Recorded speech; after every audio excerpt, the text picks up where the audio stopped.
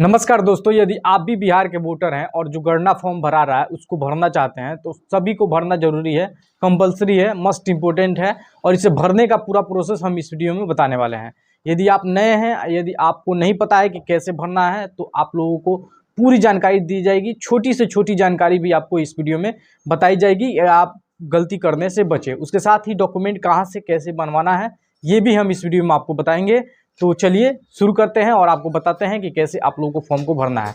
ये offline form हम भर के बता रहे हैं आप लोगों को। आप चाहते हैं ऑनलाइन फॉर्म भरना तो एक अलग से एक नया वीडियो कल आ जाएगा, उस पर आप लोग ऑनलाइन फॉर्म भी भर सकते हैं। तो चलिए हम भर के आपको दिखाते हैं। तो दोस्तों यही है गणना फॉर्म, इसी को बोला जा रहा है गणना फॉर्म। और ये गणना फॉर्म का प्रारूप है, यानी कि जो सैंपल है वो हम आपको भर के बताएंगे। यहाँ पे देखेंगे गणना प्रपत्र प्रारूप, और यहाँ पे निर्वाचन का नाम, निर्वाचक का नाम। यहाँ पे ये जो जानकारी है जो ऊपर जो दी गई है, ये जानकारी ये पहले से आप लोगों का भर के आया होगा। यदि भर के नहीं आया है तो आप इसे भरेंगे। ज्यादातर लोगों का ये भर के आएगा। यहाँ पे आपका नाम रहेगा, आपका जो पहचान पत्र संख्या, ये पिक नंबर का मतलब होता है पहचान पत्र संख्या, आपका पता रहेगा, यहाँ पे क्रमांक संख्या रहेगा, भाग संख्या रहेगा, किस विधानसभा लोकसभा में है आप वो रहेगा, और या उस मतलब विधानसभा का नाम और राज्य रहेगा। ये जानकारी पहले से भर के आ रही होगी। यदि नहीं आ रही होगी तो इसे आप भरेंगे, अपने कलम से भरेंगे। उसके बाद से नीचे आएंगे। नीचे आने के बाद से यहाँ पे फोटो मांगा जा रहा है। यहाँ पे जो फोटो आप लगाएंगे वो रिसेंट पासपोर्ट साइज फोटो लगाएंगे, यानी कि जो हाल ही का फोटो है वो लगाना है आपको। ये नहीं कि 2 साल पहले का फोटो खिंचवाए हैं और उसी को यहाँ पे लाके लगा दिए, तो आप लोगों का फॉर्म जो है वो रिजेक्ट हो जाएगा। अब आगे देखते हैं, आगे की जानकारी दी गई है। यहाँ पे देखेंगे जो आपका सही जन्म तिथि है वो यहाँ पे डालना है। जैसे ऐसे भरना है 01/01/2002 मान लीजिए है तो 2002 डालेंगे। उसके बाद आधार संख्या है तो जो भी आधार संख्या है वो यहाँ पे डालेंगे। उसके बाद से मोबाइल नंबर, ये मोबाइल नंबर वो दीजिएगा जो मोबाइल नंबर आप हमेशा चलाते हो, क्योंकि इसी ये जो मोबाइल नंबर होगा वो आपके पहचान पत्र संख्या में जुड़ जाएगा। या फिर कोई दिक्कत होगा तो इसी पे फ़ोन करके बताया जाएगा कि आपका गणना फॉर्म गलत हुआ है या सही हुआ है। तो ये जानकारी है। उसके बाद से यहाँ पे पिता का नाम आप डालेंगे, पिता का नाम डालेंगे, कानूनी अभिभावक का नाम यानी कि पिता का नाम यहाँ पे डालेंगे, और उसके बाद से माता का नाम डालेंगे। यहाँ पे महिलाओं के लिए बता दें कि यहाँ भी पिता का ही नाम रहेगा, लेकिन ये मायके पिता का नाम रहेगा। जैसे आप ससुर का नाम मत डाल दीजिए। यहाँ पे जो ससुर हैं उनका नाम नहीं रहेगा। यहाँ पे जो आपके पिता हैं, जो आपके एक्चुअल पिता हैं, उनका नाम डालना है, और यहाँ पे माता का नाम डालना है। पिता के सामने यहाँ पे पूछा जा रहा है कि ईपिक नंबर लगाएं, तो जिनके पास जो ईपिक नंबर यानी कि पहचान पत्र संख्या है उनके पिताजी का, तो वो अपने घर से मंगवा लेंगे और यहाँ पे लगा देंगे। अगर जो नहीं है तो कोई दिक्कत नहीं है, इसे यदि उपलब्ध है तो दीजिए, नहीं उपलब्ध है तो कोई दिक्कत नहीं है। यहाँ पे फिर माता के यहाँ पे देना है, वैसे ही अगर जो है तो डालिए, नहीं है तो कोई बात नहीं है। अब यहाँ पे एक और चीज पूछा जा रहा है कि जीवन साथी का नाम। अगर जो यहाँ पे पुरुष का नाम अगर जो है पुरुष का किसी का भरा रहा है तो जीवन साथी में यहाँ पे पत्नी का नाम डलाएगा, और यहाँ पत्नी का नाम डाल के और यहाँ पे ईपिक नंबर डलाएगा, यानी कि पहचान पत्र संख्या अगर जो उनका है तब, नहीं जो है तो कोई बात नहीं है। यहाँ पे जो जीवन साथी का नाम यहाँ पे डालना। अगर जो महिला है तो महिला है तो यहाँ पे पति का नाम डालेंगे, यहाँ पे पति का नाम डालेंगे, और उसके साथ ही पति का जो पहचान पत्र संख्या है वो यहाँ पे डालना होगा। ये तो हो गई आप लोगों की नॉर्मल जानकारी जो भरना है। अब नीचे जो डॉक्यूमेंट है इसी में लोगों को कन्फ्यूजन हो रहा है। क्या कन्फ्यूजन हो रहा है मैं आपको बताता हूँ कि कौन कौन से डॉक्यूमेंट इसमें लगाने होंगे। तो इसका जो पूरा जो आप लोगों को ये वीडियो आपको देखने के बाद दूसरा कोई वीडियो देखने की जरूरत नहीं होगी, पूरी जानकारी हम इसी वीडियो में देने वाले हैं। यहाँ पे घोषणा पत्र में साफ साफ बोला जा रहा है, देखेंगे कि मैं सर्वोत्तम ज्ञान और विश्वास के साथ घोषणा करती हूँ या करता हूँ। यहाँ पे मैं 18 वर्ष से ज्यादा क्या हूँ और उपरोक्त पते पर साधारण भारत का नागरिक हूँ और मतलब साधारण रूप से रह रहा हूँ। ये जानकारी जो है वो हो गई। उसके बाद से यहाँ पे मेन पॉइंट ये आता है, यहाँ पे मेरा जन्म 1/1/1987 के पूर्व हुआ है, तो यानी जिनका जन्म 1/7/1987 से पूर्व हुआ होगा उनको बस एक डॉक्यूमेंट लगाना होगा। एक डॉक्यूमेंट कौन सा लगाना होगा?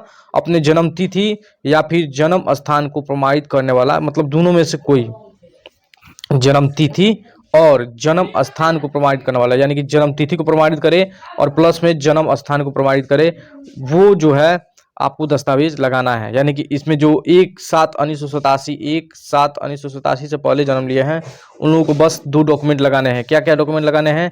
पहला जो डॉक्यूमेंट लगेगा वो लगेगा जन्म प्रमाण पत्र, जन्म प्रमाण पत्र, या फिर जो ऐसा डॉक्यूमेंट जो आपका जन्म तिथि बताता हो, यानी कि उसमें जन्म तिथि आपका हो, वही डॉक्यूमेंट लगेगा। प्लस में एक और डॉक्यूमेंट क्या लगेगा? आपका निवास, जो निवास आपका निवास स्थान बताता हो, निवास स्थान का मतलब कहाँ आप रह रहे हैं उस स्थान को बताता हो, उसी डॉक्यूमेंट को आप लगाएंगे। उसके बाद आगे जानकारी देखेंगे क्या दिया गया है यहाँ पे। अगर जो आपका उम्र ये है तो यहाँ पे टिक करके और जो डॉक्यूमेंट है वो लगाना है। उसके बाद से अगर जो आपकी उम्र 1/7/1987 से लेके 2/12/2004 के बीच में है तो आप इस पे टिक लगाएंगे। और इस पे टिक लगाने के बाद से आप लोगों को क्या क्या डॉक्यूमेंट देना है वो बताते हैं हम आपको। आपके जन्म तिथि जो बताता हो वो डॉक्यूमेंट एक देना है। जैसे मैट्रिक का मार्कशीट होता है वो जन्म तिथि बताता है, या फिर जन्म प्रमाण पत्र होता है वो बताता है। यानी कोई भी ऐसा डॉक्यूमेंट जिसपे मतलब जन्म मतलब तिथि मतलब आपका पता चलता हो वो डॉक्यूमेंट यहाँ पे लगाना है। एक डॉक्यूमेंट ये हो गया। उसके बाद दूसरा डॉक्यूमेंट क्या हो गया, माता या पिता का जन्म तिथि या जन्म स्थान प्रमाणित करने वाला। माता या पिता के जन्म तिथि या जन्म स्थान प्रमाणित करने वाला यहाँ पे डॉक्यूमेंट लगाना होगा, यानी कि 2 डॉक्यूमेंट यहाँ पे लगाने होंगे। अब आगे देखते हैं हम लोग, ये जो हो गया वो 2 हो गया। और यह तीसरा एक और कंडीशन लगाया गया है यहाँ पे, मेरा जन्म 2/12/2004 के बाद हुआ है। इनको क्या लगाना है, अपने जन्म तिथि या फिर जन्म प्रमाण मतलब स्थान को प्रमाणित करने वाला एक डॉक्यूमेंट एक हो गया।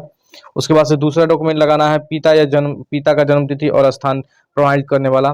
और तीसरा डॉक्यूमेंट लगाना है माता की जन्म तिथि, या मतलब इसमें से कोई भी एक लगा सकते हैं यदि आपके पास है तो। वैध पासपोर्ट है तो आप वैध पासपोर्ट या वीजा भी लगा सकते हैं, इसमें से कोई भी लगा सकते हैं। अब यहाँ पे देखेंगे डॉक्यूमेंट कौन कौन से इसमें मान्य है, जो डॉक्यूमेंट यहाँ पे दिए गए हैं। तो यहाँ पे नीचे आएंगे तो आप लोगों को पूरा यहाँ पे स्थान ये दिनांक भरना होगा जब आप फॉर्म को भरेंगे, और यहाँ पे स्थान भरेंगे।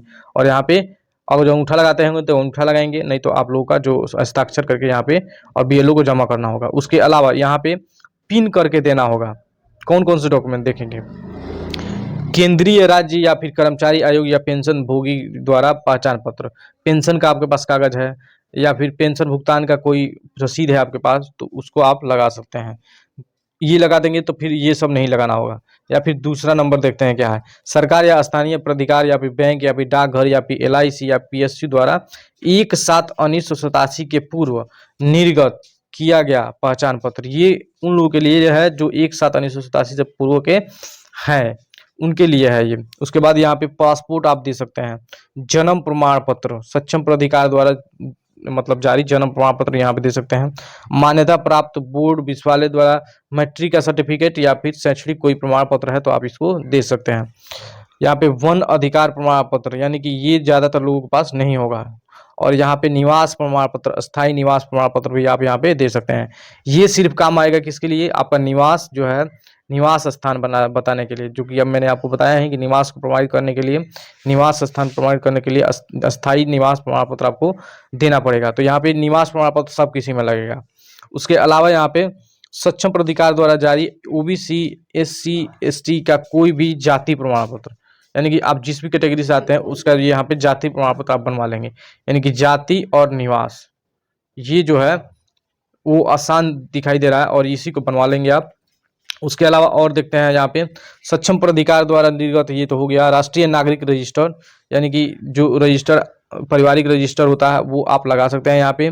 भूमि या मकान का आवंटन हुआ है, जमीन का कोई कागज है तो आप यहाँ पे लगा सकते हैं। यही 11 डॉक्यूमेंट है जो कि आप लोगों को लगाना है, इसमें से कोई भी एक लगा सकते हैं। आशा करता हूँ आप लोगों को समझ में आ गया होगा। ऑनलाइन भी फॉर्म भरा रहा है, उसको भर के हम आपको बताएंगे, इसी चैनल पे आप लोगों को मिल जाएगा। कैसे भरना है वो सभी डिटेल आप मोबाइल से भी भर सकते हैं घर बैठे, वो आगे आने वाला है वीडियो, उसको आप देख लेंगे। धन्यवाद।